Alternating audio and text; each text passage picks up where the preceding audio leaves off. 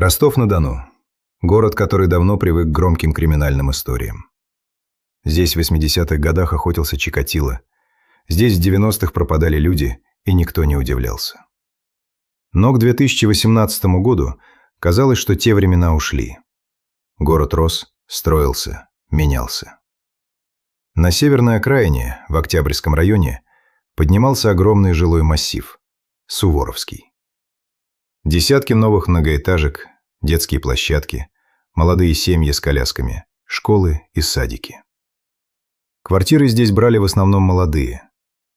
20 тысяч человек жили в этом микрорайоне, и для многих он был первым собственным жильем. Место, где начинается нормальная жизнь. Но по вечерам Суворовский менялся. Между домами пустыри, недостроенные корпуса, темные лесополосы. Фонарей не хватало. Тротуары обрывались в грязь. За фасадом нового района пряталась типичная российская окраина. С ее темнотой, пустотой и ощущением, что если что-то случится, никто не услышит. 16 октября 2018 года, около 9 вечера, 24-летняя Маргарита Кузьминова решила выйти из квартиры. Подышать воздухом. Может пройтись. Она сказала родным буквально на пару минут. Не взяла ни сумку, ни документы. Только телефон. Вышла из подъезда на улице Платона Кляты и пошла в сторону дворовой лавочки. Через час она не вернулась. Телефон не отвечал. Родные забеспокоились, вышли искать. Маргариты нигде не было. Ни во дворе, ни у соседей, ни в ближайшем магазине. К ночи семья обратилась в полицию. На следующее утро к поискам подключился добровольческий отряд «Лиза Алерт Юг». Сотни людей вышли прочесывать территорию. Волонтеры опродили стройки, заброшенные участки, лесополосы вокруг микрорайона. Расклеивали ориентировки по столбам и подъездам. Фотографии улыбающейся девушки смотрела на прохожих с каждого второго забора. 3 дня надежды таяли. 19 октября поисковики нашли тело. Маргарита лежала в безлюдном месте, недалеко от жилых домов. Следы на теле не оставляли сомнений. Девушку изнасиловали и задушили. Убийца забрал ее телефон и скрылся. Новость разлетелась по Ростову мгновенно. 24-летняя девушка. Вышла на 5 минут. Новый район, полный людей. И вот так. Родители в шоке. Соседи в ужасе. Молодые мамы из Суворовского писали в чатах, что боятся выходить по вечерам. Кто-то вспоминал старые ростовские истории и шептал страшное слово – маньяк. Следствие работало быстро. На теле Маргариты криминалисты обнаружили биологические следы преступника – ДНК. Это был шанс. Если генетический профиль убийцы есть в полицейских базах, его найдут. Образцы отправили на экспертизу. Через несколько недель пришел ответ экспертизы. 100% совпадение. Профиль принадлежал 37-летнему жителю Ростовской области по имени Давид Сарабашам. Следователи подняли его дело и обнаружили, что этот человек уже попадал в поле зрения полиции. В марте 2015 года он напал на 29-летнюю женщину в Ростове. Подкрался сзади, попытался повалить. Но жертва оказалась не из робких. Она вцепилась в него, начала кричать, отбиваться. Завязалась борьба. На крики прибежали прохожие. Сарабашана скрутили и сдали полиции. Тогда он выкрутился. Заявил, что это была обычная уличная ссора. Прямых доказательств попытки изнасилования собрать не удалось. Его отпустили. Но, и это решило все, у него взяли образцы ДНК и занесли в базу. Рутинная процедура. Дежурный полицейский, который оформлял протокол, скорее всего, даже не думал, что эти образцы когда-нибудь пригодятся. Они пригодились через 3,5 года. Именно этот генетический профиль, снятый в 2015-м, совпал со следами на теле Маргариты Кузьминовой. В ноябре 2018 года оперативники задержали Давида Сарабашана. Выяснилось, что он работал строителем. И работал он не где-нибудь, а в том самом жилом комплексе «Суворовский», где жила и погибла Маргарита. Каждый день ходил мимо ее подъезда. Клал кирпич, месил раствор, получал зарплату и жил обычной жизнью среди людей, которых потенциально мог убить. Под тяжестью улик, ДНК не обманешь, Сарбашан начал давать показания. И то, что он рассказал следователям, превратило дело об убийстве молодой девушки в нечто гораздо более страшное. Маргарита Кузьминова была не первой. Она была пятой. Давид Арминакович Сарбашан родился в 1981 году в хуторе Ленинован, Мясниковский район, Ростовская область. Место это тихое, почти сонное. Ленинован – маленький армянский поселок на берегу Балки Калмыцкой, в нескольких километрах от Ростова. Основан в 20-х годах прошлого века переселенцами-армянами. 80% населения – армяне. Все друг друга знают. Улицы носят имена армянских героев – Абовяна, Шаумяна, Сарьяна. Семья Сарбашана считалась в хуторе уважаемой. Отец, Арминак Сарбашан, армянин. Мать, Любовь Корницева, русская. Дед воевал на фронте, дядя погиб в Афганистане. Семья с историей, с корнями. Соседи вспоминали потом, что ничего подозрительного никогда не замечали. Нормальный парень, тихий, не хулиганил, ничем не уделялся. В 1999 году Давид ушел на срочную службу. Служил в воинской части в Ростове-на-Дону. Обычный солдат-срочник. Казарма, наряды, построение. Но по вечерам и выходные Сарбашан уходил в самоволки. Покидал часть без разрешения. Купить выпивку, побродить по городу, подышать свободой. Командование, судя по всему, смотрело на это сквозь пальцы. В российской армии 2000 года самовольные отлучки были скорее нормой, чем исключением.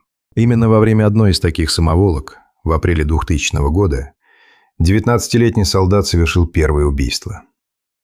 По его собственным показаниям, данным 18 лет спустя, он покинул часть вечером, купил алкоголь, выпил. Шел по пустынной улице и увидел молодую женщину. Ей было 27 лет. Она шла одна. Сарбашан подошел сзади, набросился, повалил на землю, изнасиловал и задушил. Тело оттащил в кусты и засыпал мусором. Вернулся в часть. Лег спать. Утром встал на построение, как ни в чем не бывало. Через полгода, в октябре 2000 года, второе убийство. Снова самоволка. Снова вечер. Снова случайная прохожая. 32-летняя женщина. Тот же почерк. Нападение сзади, удушение, насилие. Сарбашан действовал по одной и той же схеме, которая со временем станет его подписью. Подкрасться, накинуть на шею ремень или свернутую в жгут куртку, душить до потери сознания, утащить в темное место. И снова ничего. Ни подозрений, ни проверок. По некоторым данным, его командир в одном из случаев подписал документы, подтверждающие, что солдат Сарбашан находился на вечерней поверке в расположении части. Формально – алиби. Фактически – прикрытие самовольной отлучки, во время которой было совершено убийство. Командир, разумеется, не знал, что покрывает убийцу. Он покрывал обычного самоходчика, как делали сотни офицеров по всей стране. Но именно эта мелкая армейская ложь позволила маньяку остаться на свободе. Сарбашан дослужил срочную и вернулся домой, в Ленинован. Тихий парень из уважаемой семьи. Отслужил как положено. Никто ничего не заподозрил. Хутор Ленинован. Ноябрь 2001 года. Местный клуб – единственное место, куда ходит молодежь по выходным. Дискотеки, музыка, танцы. Молодая девушка.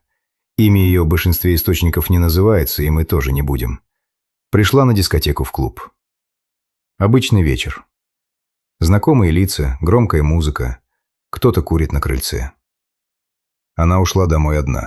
По темной Хуторской улице, мимо заборов и садов. До дома 10 минут ходьбы. Она не дошла. Сарабашан подкараулил ее по пути. Все та же схема. Нападение сзади, удушение, насилие. Но на этот раз он спрятал тело тщательнее. Оттащил за заброшенное овощехранилище на окраине хутора и зарыл в песок. Родители ждали дочь всю ночь. Утром начали искать. Обзвонили подруг. Прошлись по дороге от клуба до дома. Ничего. Обратились в полицию. Поиски ни к чему не привели. Девушка словно растворилась. Тело нашли случайно, через несколько дней. Местные парни играли в футбол рядом с тем самым овощехранилищем. Мяч перелетел через забор. Один из парней полез за ним и увидел руку, торчащую из песка. Молодая девушка. Дискотека. 10 минут от дома. На хутор это произвело шоковое впечатление. Маленький поселок, где все знают друг друга. Убийство девушки – событие немыслимое. Люди шептались, подозревали, боялись. Полиция работала, но зацепок не нашла. Нет свидетелей, нет камер, нет очевидных подозреваемых. Дело повисло. А через неполных 2 года, июль 2003-го, еще одно убийство. Снова Ленина Ван. 41-летняя женщина. Сарабашан напал на нее в безлюдном месте. Тот же почерк. Удушение, насилие, попытка скрыть тело. 4 убийства за 3 года. 2 в Ростове, 2 в родном хуторе. 19-летний солдат стал 22-летним убийцей с устоявшимся почерком. И ни одного подозрения в его адрес. После убийства в 2003 году произошло нечто странное. Сарабашан остановился. Просто перестал убивать. Резко, без видимой причины. Возможно, испугался. 2 убийства в маленьком хуторе, где все друг друга знают, это огромный риск. Возможно, почувствовал, что кольцо сжимается, что кто-то начинает присматриваться. А может, нашел способ направить свои импульсы в другое русло, хотя бы на время. Он женился, завел семью. 1 сын, потом 2. Работал, перебивался случайными заработками на стройках, подрабатывал. Жил в Ленинаване, потом перебрался ближе к Ростову. Соседи видели обычного мужчину, спокойного, неразговорчивого, не пьющего в открытую. Жена растила детей. Мать гордилась сыном. Нормальная семья, нормальная жизнь. 12 лет. С 2003 по 2015. 12 лет тишины, за которой Давид Сарабашан превратился из молодого парня в зрелого мужчину, отца 2 детей. 12 лет, за которые его старые дела покрылись архивной пылью, а сроки давности начали истекать. В российском уголовном праве срок давности по особо тяжким преступлениям – 15 лет. К 2015 году первые убийства 2000 года приближались к этой черте. Еще немного, и вопрос о привлечении к ответственности целиком зависел бы от усмотрения суда.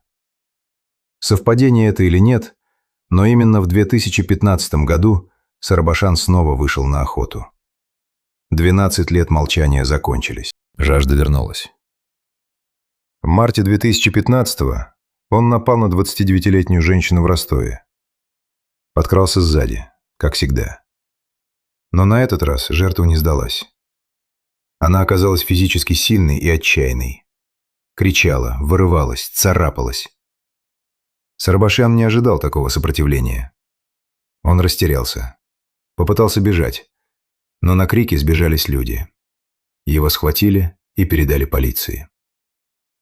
На допросе он держался спокойно. Заявил, что произошла обычная уличная ссора. Никакого нападения, никакого умысла. Следствие не смогло собрать достаточно доказательств для обвинения в покушении на изнасилование. Его отпустили. Но перед тем, как отпустить, взяли образцы ДНК. Стандартная процедура. Мазок со слизистой щеки, пробирка, штрих-код, база данных. Никто не придал этому значения. Просто протокол. Этот протокол через 3 года спасет следствие и навсегда похоронит Давида Сарабашяна. После неудачного нападения в 2015-м прошло еще 3 года. Сарабашан снова залег на дно. Снова. Семья, работа, быт. К 2018 году в семье было уже 3 детей. Он устроился строителем в жилой комплекс «Суворовский», тот самый район новостроек на окраине Ростова. И вот 16 октября 2018. Вечер. Сарабашан, по его собственным словам, был пьян. Возвращался с работы через микрорайон и увидел Маргариту Кузьминову.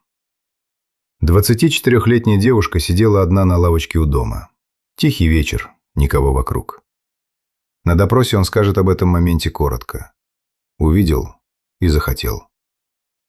18 лет прошло с его первого убийства. Сменились эпохи, правительства, технологии. Он постарел, обзавелся семьей, стал отцом 3 детей. Но внутри ничего не изменилось. Тот же импульс, та же схема. Подкрался сзади. Накинул на шею свернутую куртку, утащил в темноту. Маргарита Кузьминова стала его 5-й и последней жертвой. Когда результат ДНК-экспертизы лег на стол следователю, картина начала складываться с пугающей скоростью. Генетический профиль Сарабашяна совпал не только со следами на теле Маргариты. Криминалисты подняли биологические образцы, сохраненные с мест убийств 2000, 2001 и 2003 годов, и получили совпадение по всем эпизодам. 1 человек. 1 ДНК. 5 убийств за 18 лет. После задержания Сарабашан несколько дней молчал. Потом, под давлением улик, начал говорить. Признался в убийстве Маргариты. Затем в остальных 4. Рассказывал спокойно, без эмоций. Как человек, который описывает рабочий день. Вот здесь напал. Вот так душил. Вот туда оттащил тело. Следователи организовали серию следственных экспериментов. Под конвоем Сарабашяна вывозили на места преступлений. Он показывал. Вот тут стоял. Вот отсюда подошел. Вот в эти кусты утащил. Показывал уверенно, точно, без колебаний. Словно проигрывая в голове сцены, которые прокручивал многократно. На вопрос «почему» он неизменно отвечал одно. Был пьян, увидел, захотел. Никаких сложных объяснений, никакой рефлексии, ни тени раскаяния. Комплексная судебно-психиатрическая экспертиза признала Давида Сарабашана полностью вменяемым. Никаких психических расстройств, никакой невменяемости. Единственный диагноз – расстройство сексуального предпочтения, садизм. Он понимал, что делает. Понимал, что это запрещено. Понимал, что причиняет страдания. И делал это сознательно, потому что получал от этого удовольствие. Пока шло следствие, семья Сарабашана переживала собственный ад. Жена с 3 детьми на руках, младшему из которых было 3 года. Мать, Любовь Корницева, отказывалась верить в виновность сына. Пыталась обеспечить ему алиби.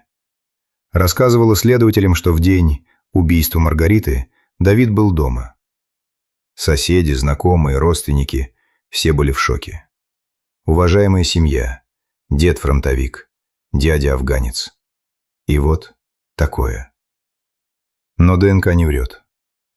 И показания, данные самим Сарабашаном на следственных экспериментах, не оставляли пространства для сомнений. Дело рассматривал Южный окружной военный суд.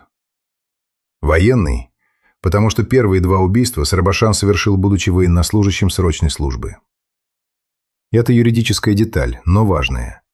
Именно она определила подсудность. С юридической точки зрения дело было непростым. Убийство 2000 года им уже 18 лет. Убийство 2001 – 17. Убийство 2003 – 15. По всем старым эпизодам сроки давности либо истекли, либо были на грани. Формально это создавало серьезные проблемы для обвинения. Но суд учел исключительную общественную опасность подсудимого. Серийный характер преступлений. Отсутствие раскаяния. Диагноз садизм.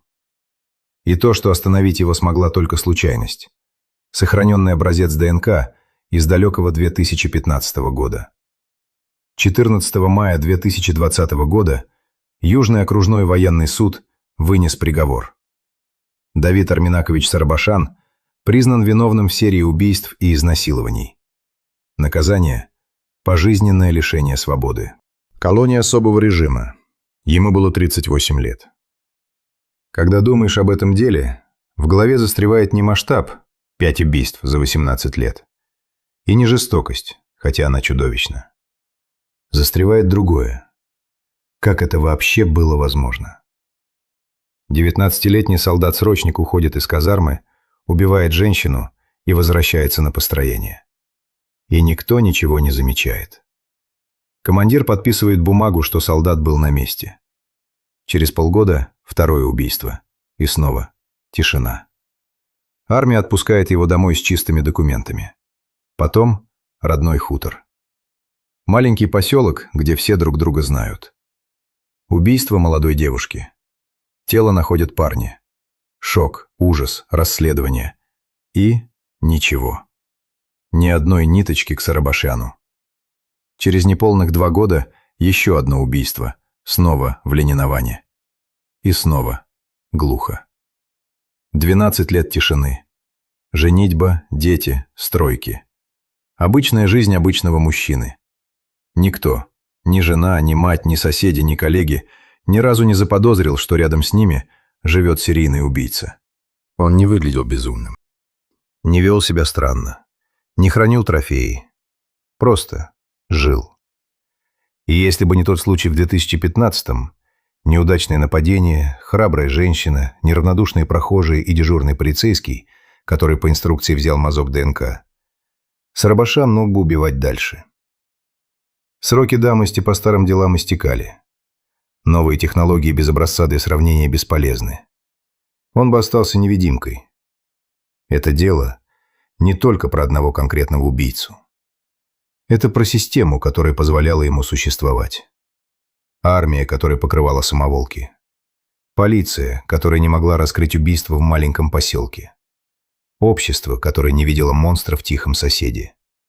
И один маленький мазок со щеки, который в итоге перевесил все.